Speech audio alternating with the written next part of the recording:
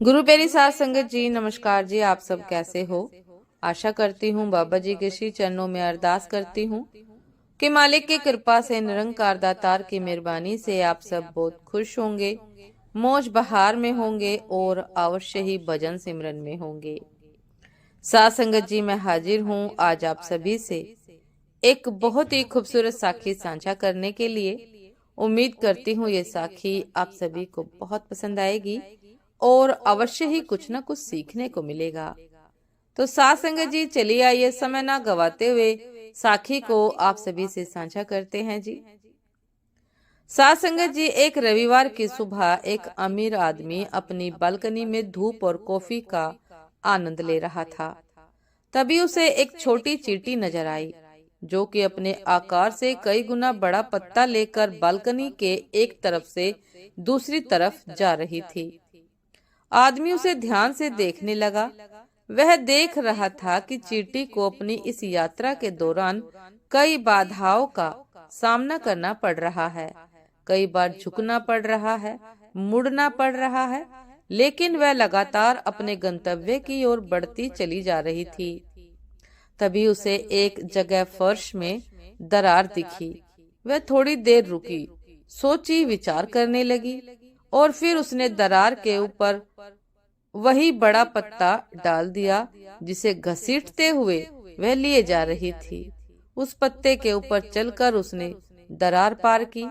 फिर उसने पत्ते को दूसरी तरफ से उठाया और अपनी यात्रा को दोबारा शुरू किया। साथ संगत जी, आदमी चींटी की चतुराई से मोहित हो उठा। इस घटना ने उसे विस्मय में डाल दिया और उसे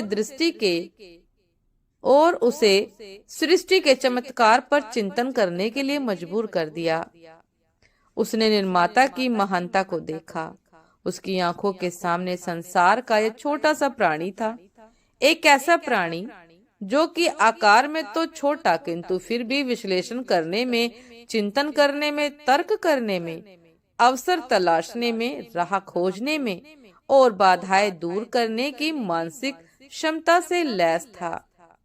थोड़ी देर बाद उस आदमी ने देखा कि चींटी अपने गंतव्य तक पहुंच गई है।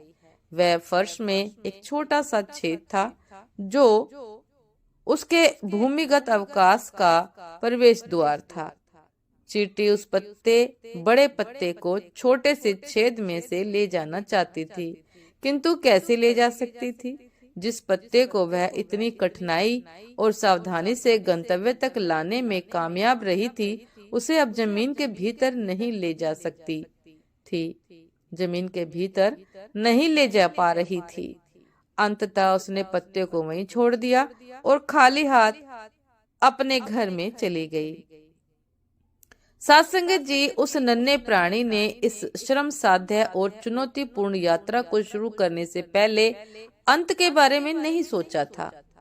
अंत में वही बड़ा पत्ता उसके लिए एक बोझ से ज्यादा कुछ नहीं था।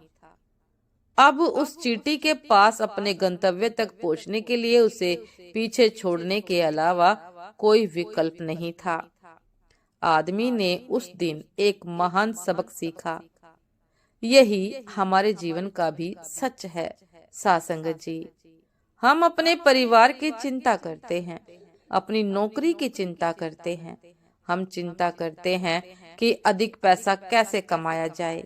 हमें चिंता है कि हमें कहाँ रहना चाहिए, किस तरह का वाहन खरीदना है, किस तरह के कपड़े पहनने हैं, कौन से गैजेट अपग्रेड करने हैं, आदि आदि। हम अपने जीवन की यात्रा में यह महसूस ही नहीं करते हैं कि ये सब केवल बोझ है, जिन्हें हम अत्यधिक सावधानी और खोने के डर से ढोए जा रहे हैं।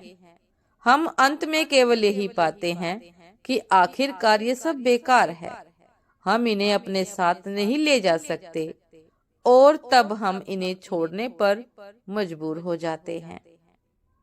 साथ संगत जी, जीवन की यात्रा का आनंद लें। कल की चिंता में आज की खुशियों को व्यर्थ ना करें।